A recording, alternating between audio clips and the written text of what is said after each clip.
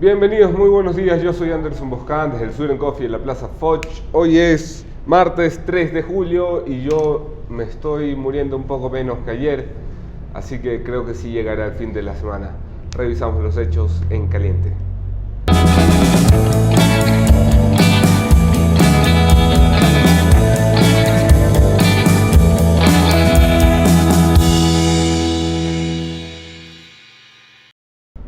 En caliente, después de 11 años, la Corte Nacional de Justicia ha determinado la responsabilidad del Estado en la muerte de Guadalupe Larriva, la primera civil que asumió la cartera de defensa en este país durante el primer periodo de gobierno de Rafael Correa. Guadalupe Larriva murió en un trágico accidente de aviación, de helicópteros que se probaban durante un acto militar en el que no se siguieron los protocolos y en el que, dice la sentencia, hubo negligencia por parte de los militares y del Estado en sí.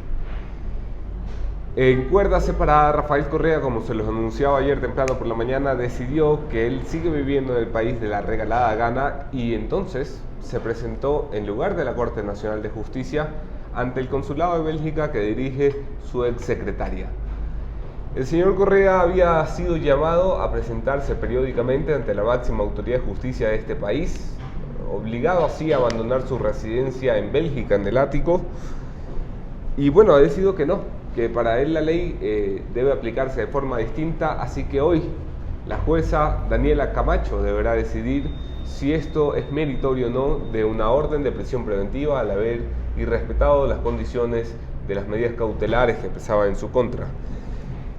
¿Es necesaria la prisión preventiva? Pues se lo pregunto a mi invitada de hoy. Tengo el gusto de contar esta mañana con María Paulina Araujo. Ella es doctoranda en Derecho Penal, abogada en libre ejercicio, litigante y penalista, catedrática y desde hoy una buena amiga de esta casa. No se vayan, quédense en la entrevista.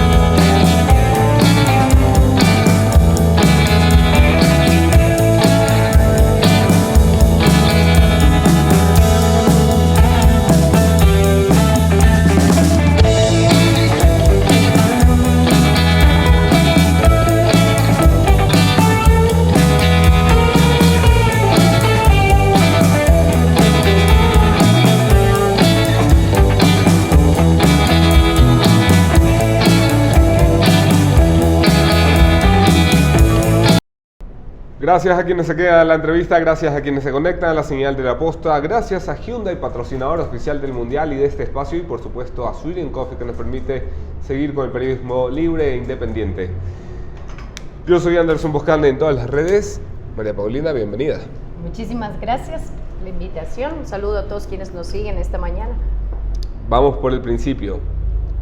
¿Es necesaria una presentación ante la Corte Nacional de Justicia, si así lo ha determinado una jueza, o el señor Rafael Correa podía, en uso de sus atribuciones como un ecuatoriano residente en el exterior, presentarse en territorio ecuatoriano, pero en el exterior, en una embajada?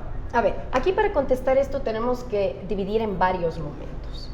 Hablar qué es lo que supone un proceso penal en general, quitando que el procesado sea el expresidente o cualquier persona. Porque si hablamos de respetar derechos fundamentales, entendemos que la ley debe ser aplicada igual para todos. No porque este caso sea en contra de un expresidente quiere decir que va a haber algún tipo de excepcionalidades como para darle prácticamente cierta situación de privilegio, porque eso no estaría bien. Ahora, en cualquier denuncia que se presente en el Ecuador, ¿qué es lo que tiene que hacer Fiscalía? Es su obligación dar trámite a la denuncia y si encuentra indicios de que se pudo cometer un delito y hay eventuales responsables, iniciar un proceso penal. Al momento que inicie este proceso penal, en la primera audiencia, que se llama audiencia de formulación de cargos, el fiscal expone la teoría del caso y dentro de ese tiempo puede también decidir vincular a otras personas. ¿Qué es lo que ha sucedido? Es lo que ha sucedido. Entonces estamos en este momento procesal en el cual un fiscal, entiendo yo, tiene los suficientes indicios y ante una jueza le determina que lo vincula. ¿Quién pide las medidas cautelares? En La cualquier Fiscalía. proceso penal, Fiscalía. Pero ¿de quién depende que efectivamente se dicten? Es de la jueza. En este caso, la doctora Daniela Camacho. Cuando se dio la audiencia de vinculación de Rafael Correa, el fiscal general de la Nación pidió su comparecencia ante el cuerpo diplomático del Ecuador en Bélgica. La jueza, en una movida calificada por muchos abogados con los que hablé después de eso como poco habitual, le pidió al fiscal que reformulara su petición de medidas cautelares.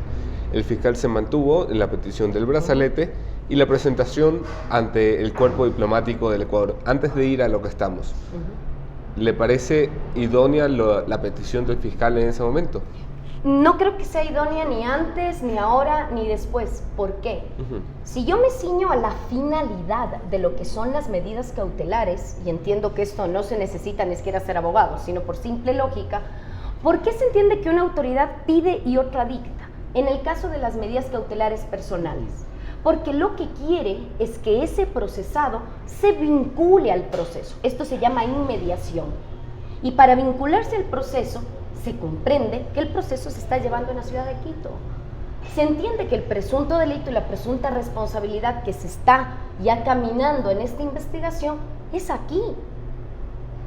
No es en algún otro sitio. O sea, ¿La medida cautelar qué se dio busca entonces? La medida que cautelar permanezca en el proceso. vinculado al proceso, ¿sí? Es decir, que la persona en cualquier momento que sea requerida ejerza su derecho a la defensa y al estar es decir, vinculada directamente en el proceso, puede enterarse también de todo lo que se está actuando.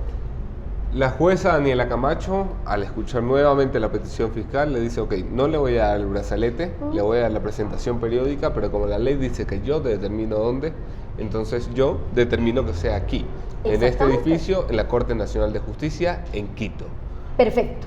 De ahí que no creo que sea útil hoy por hoy debatir si la doctora actuó bien o mal o si la medida cautelar está bien o mal dictada, sino que al fin de cuentas, jurídicamente hablando, ¿hasta qué estamos?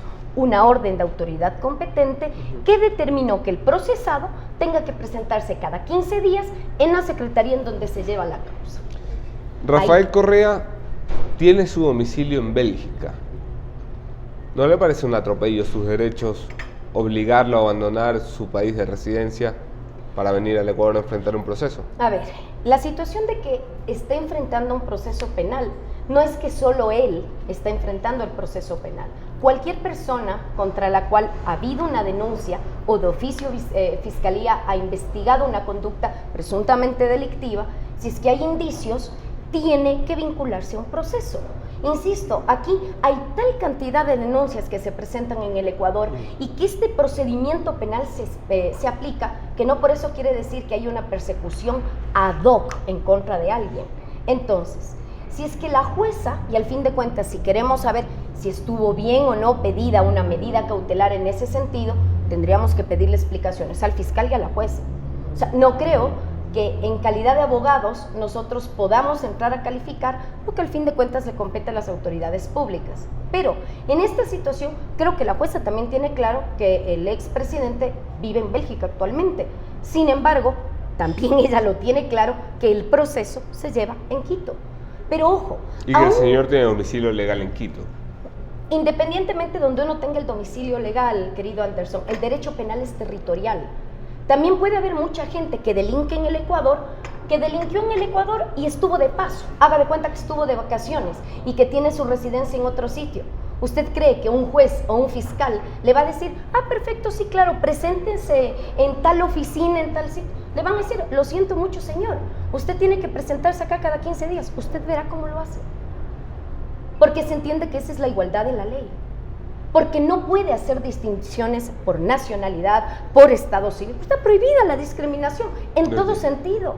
Y el Estado tiene la obligación, insisto, no es persecución política. El Estado ecuatoriano tiene la obligación de investigar delitos y se entiende que eso es lo que están haciendo.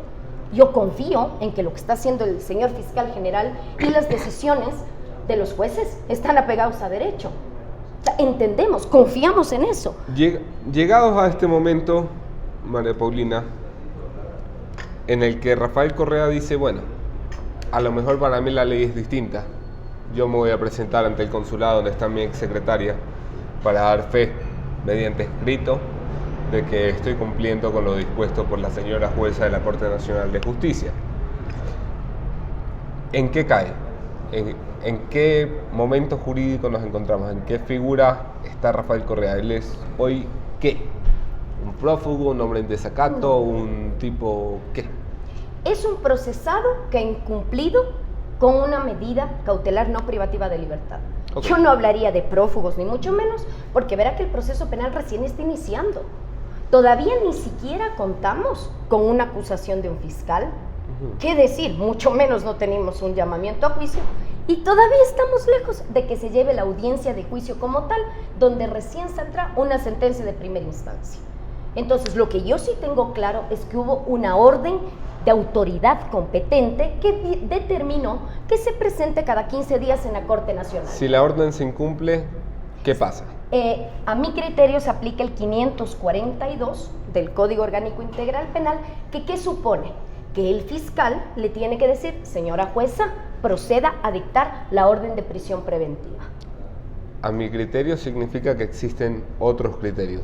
¿Cuáles son las otras posibilidades jurídicas si no es el 542? He visto algunos criterios de colegas que quieren aplicar el 536. ¿Cuál es la diferencia? La diferencia es que el 536 le dice que la jueza inmediatamente, al verificar que se incumplió su orden, dictaría la prisión preventiva. Pero para mí ese artículo se aplica cuando se sustituyó la prisión preventiva por una presentación ante autoridad. Pero en el caso del expresidente jamás ocurrió eso. Ni Fiscalía pidió prisión preventiva, ni tampoco la jueza la dictó, sino que fueron directamente a una presentación ante autoridad cada 15 días. O sea, debería haber una nueva audiencia en la que el fiscal le solicite a la jueza una prisión preventiva. O sea, decir, el señor fiscal aquí como titular de la acción, y ante todo, entiendo yo, es el que tiene en sus manos los indicios, no en vano ha vinculado al ex presidente en esta investigación, pues decir, miren, al parecer ha incumplido. Ahora bien, mire, solo ayer, o creo que hoy en la mañana, es que la defensa técnica del expresidente ahora sí va a utilizar una medida que siempre la tuvo, que es la revisión de la medida. Yo no entiendo por qué jugaron a apelar algo que sabían que no era apelable, y en vez de estar haciendo... No se puede apelar una medida cautelar. Cuando se refiere a no privativa de la libertad. Solo si le hubieran dictado prisión preventiva, ahí hubiese podido apelar. Pero nunca se decidió. ¿Y por qué apelaron? No sé si sea por desconocimiento de la ley o simple y llanamente seguir trabando un proceso como para distraer de asuntos que, es lo que digo, yo no entiendo por qué se les hace tan difícil aplicar la ley que ellos mismos hicieron. El Código Orgánico Integral Penal, con todas las deficiencias que tiene, y lo hicimos notar, lo hicieron ellos. Lo menos que espero es que lo conozcan, pero al parecer no. Entonces, mire, si no estaban conformes con la decisión de la jueza de que se presente cada 15 días, ¿por qué no pidieron su revisión? Y ahora sí piden, después de que se ha hecho una situación que para mí es deslegitimar incluso la igualdad de todos ante la ley, de ver cómo yo cumplo lo que la jueza me pone. Yo quisiera saber si cualquier procesado en el Ecuador, si le dicen que comparezca tal día y tal hora ante autoridad, puede presentarse donde quiera. Irse a Cuenca, perdón, estoy en Cuenca, me presento donde quiera. ¿Por qué? Porque yo voy a un organismo público, me presento donde a mí más me convenga. O sea, con todo respeto, yo creo que hablar de derechos humanos también es, y el pilar, es que todos sean tratados por igual. Yo sí apelo a que este procedimiento penal que está recién empezando, se lo tramite como que cualquiera de nosotros sea los procesados, con garantía de derechos, pero ante todo con igualdad. Hay instrumentos legales. Si no les gustaba que se presente cada 15 días, la defensa técnica, no le vamos a hacer el trabajo a los abogados del expresidente, pero por favor pida revisión. O sea, ¿por qué nos someten en el Ecuador a estar dilucidando este tipo de situaciones cuando le digo muy sinceramente, aún asumiendo que hubiera prisión preventiva, aún en el escenario de que hubiese una prisión preventiva, ¿hay acaso en el Ecuador certeza de que efectivamente vamos a llegar, no solo en el caso del expresidente, sino en todas las personas que han delinquido? hay certeza de que va a haber justicia, una sentencia que los condene no solo a una pena, sino a reparar integralmente al Estado ecuatoriano, del cual se han burlado. Yo creo que todavía nos queda camino en ese sentido. Antes de llegar a la sentencia, pasemos por el proceso. Supongamos que se dicta prisión preventiva contra Rafael Correa por el incumplimiento de la medida cautelar. ¿Qué significa esto en el mundo real, fuera de los papeles de los abogados? En el mundo real, ¿el señor va a tocar una prisión? El señor no está en el Ecuador. Entonces lo que tendrían que hacer es acudir a instancias internacionales de cooperación, es decir, miren señores, hay una orden de prisión preventiva en contra de tal persona, así que ayúdenme a localizarlo como para que le cumpla al Ecuador esa orden de prisión preventiva. Es que ¿Estos miren, organismos es el mismo esquema, hay una orden, son hay que cuáles? cumplir. ¿La Interpol? Puede ser a través del mecanismo de Interpol de dar la alerta. Ajá. O se podría pedir una extradición en el sitio en donde esté. Pero usted sepa que la extradición no porque se la pide quiere decir que se la van a dar, Claro, sino que ahí proceso. dependerá del país que determine. Ahora, yo vuelvo a insistir, para que este proceso camine, es necesario que el procesado esté tras las rejas. O sea, a veces yo veo que lamentablemente se confunde y se lanza a la sociedad una idea como para tranquilizarlo y decirle, mira, ya inició un proceso penal en contra de él, mira cómo la justicia ha cambiado. Cuando vuelvo a insistir, recién estamos ¿Este es terminando una un investigación. proceso que puede seguir en ausencia de Rafael Correa? No, al menos por las figuras delictivas, que dicho sea de paso, tampoco las veo claras en la teoría de la Fiscalía, no se podría seguir en ausencia. Son delitos que prescriben y que adicionalmente, ¿qué requerirían? Que la persona, que en tal caso se ha investigado, se ha acusado y está llamada a juicio, ya en su juzgamiento tendría que estar presente.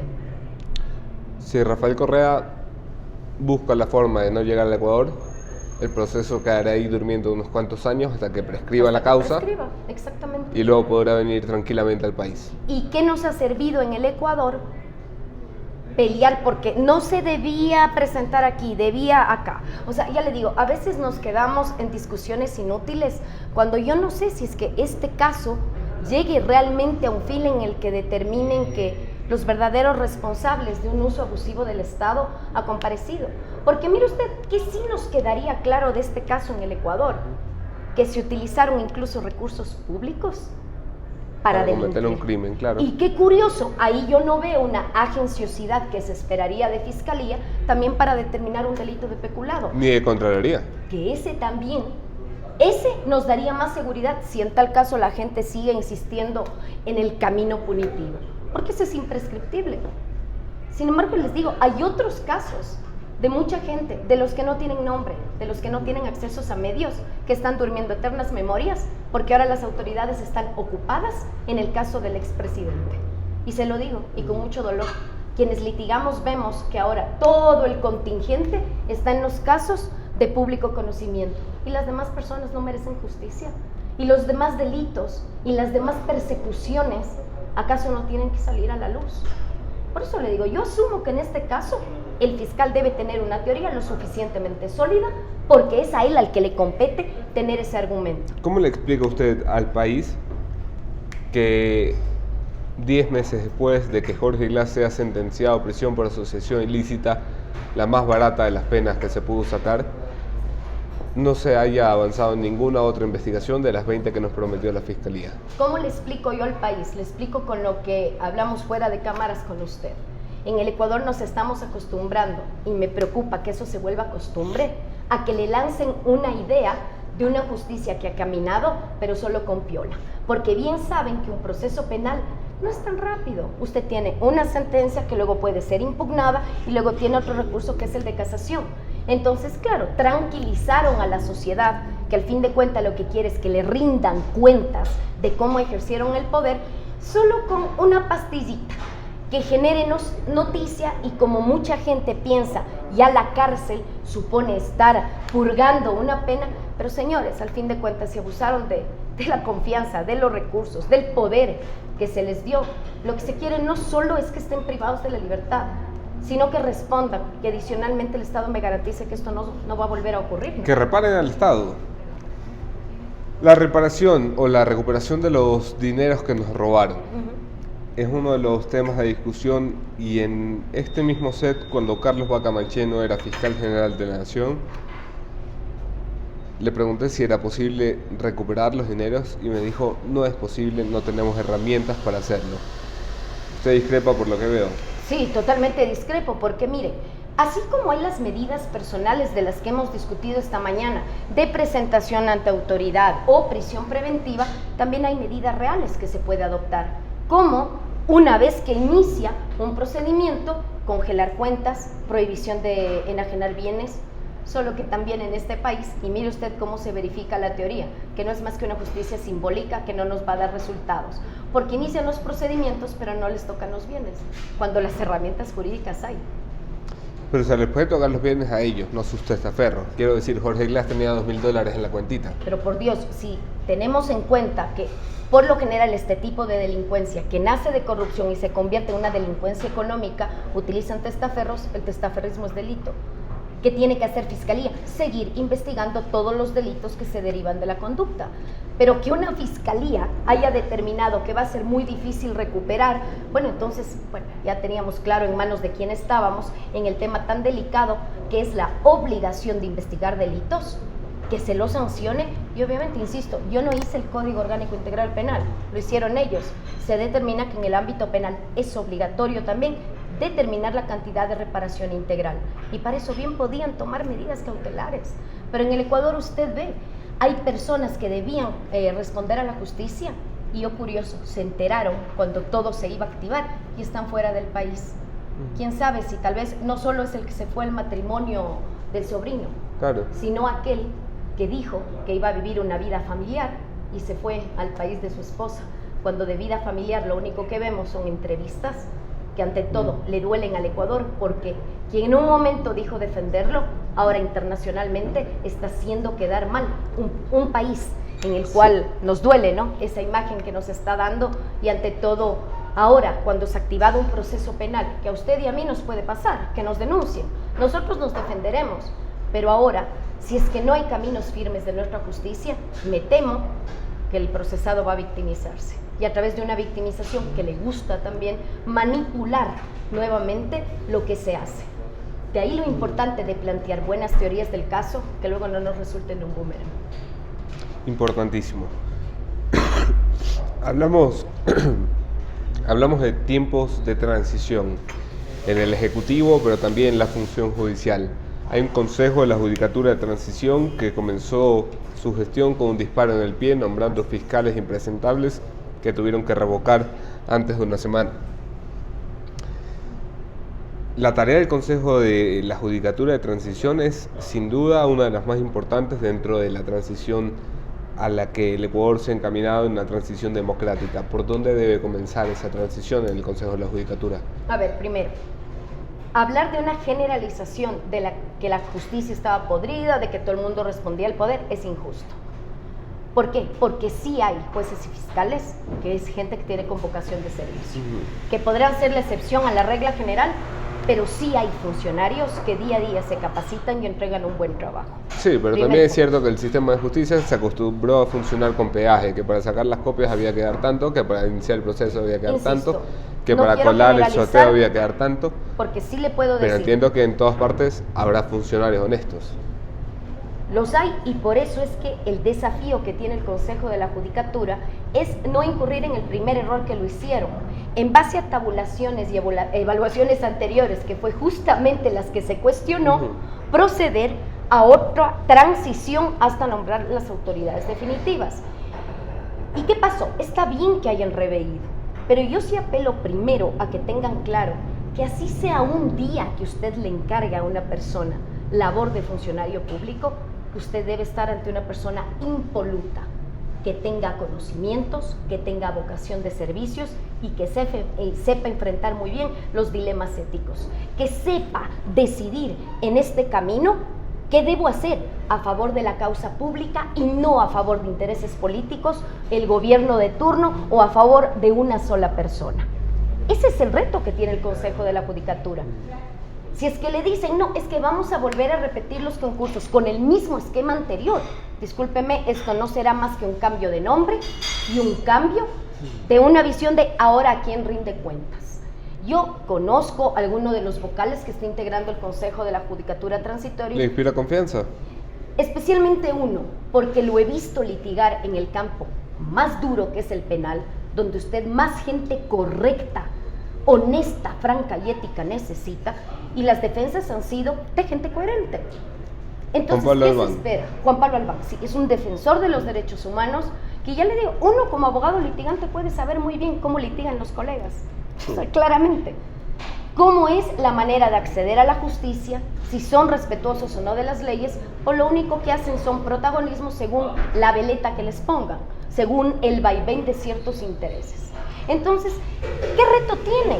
Que ahora sí haya concursos públicos en donde cualquier persona pueda presentarse, que se quite muchas veces el secretismo de que ya hay listas que están circulando, de que ya hay nombres, porque volvemos a caer en lo mismo.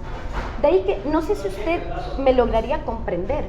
Yo no puedo confiar en lo que está pasando actualmente, porque creo que mi compromiso como ciudadana es ser crítica al poder, cualquiera que sea el poder, porque solo siendo críticos hacemos notar los errores que me alegro el Consejo de la Judicatura Transitoria en este caso lo enmendó, y lo enmendó en base no a lo que decían muchos de estos fiscales que fueron nombrados.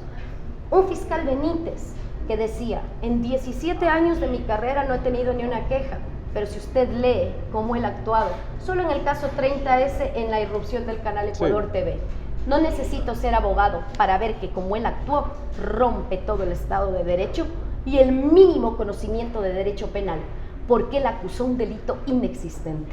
Y con eso, ¿qué causó? Que se active todo el Estado y persiga a personas que él sabía que son inocentes. Si es que él se excusa en que nadie le puso una queja, me parece que hemos llegado al caso de un descaro en donde creen nuevamente que su trabajo se evalúa en meras estadísticas y no en la calidad de cómo ejercieron el poder. Recta final de la conversación con María Paulina Araujo, experta penalista, abogada litigante, catedrática y desde hoy buena amiga de esta casa. María Paulina, ¿en Ecuador nos acercamos a una sed de venganza o a una sed de justicia? Yo espero que sea la segunda opción, ¿no? Que la función judicial va a responder no solo en este caso o los que se están desclasificando, en todos. Que rompamos el esquema de justicia del doble estándar.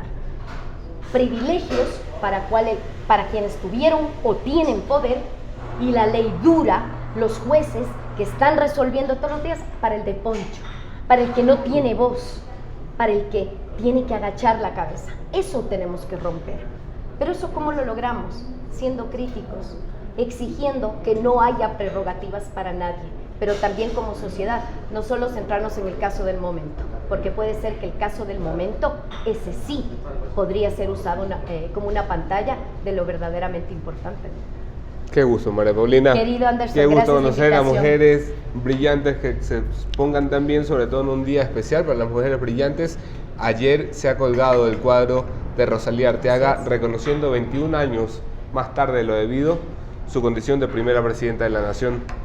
No se vayan, mi conclusión de esta mañana, el punto final enseguida.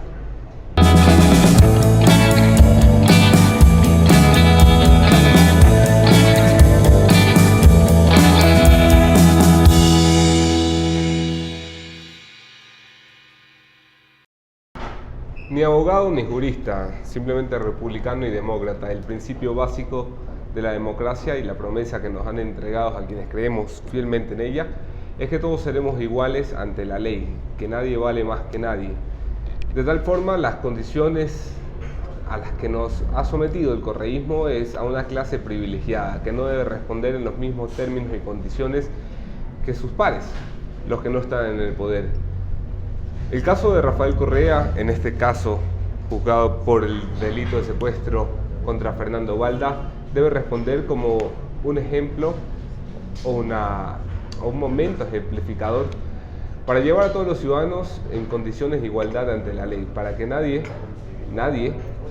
pueda atribuirse condiciones que no tienen los demás, para que nadie pueda hacer interpretaciones que no pueden hacer los demás y para que nadie tenga beneficios a que no pueden acceder los demás. ¿De quién depende que seamos iguales ante la ley? Hoy depende de Daniela Camacho, jueza de la Corte Nacional de Justicia, y de Paul Pérez Reina, fiscal general de la Nación. El país los está esperando, el país los está observando y el país sabrá juzgarlos. Yo soy Anderson Buscada en todas las redes, gracias por seguirnos, nos vemos aquí. Mañana otro tema, otro entrevistado, mismo entrevistador, ahí se ven. Dios.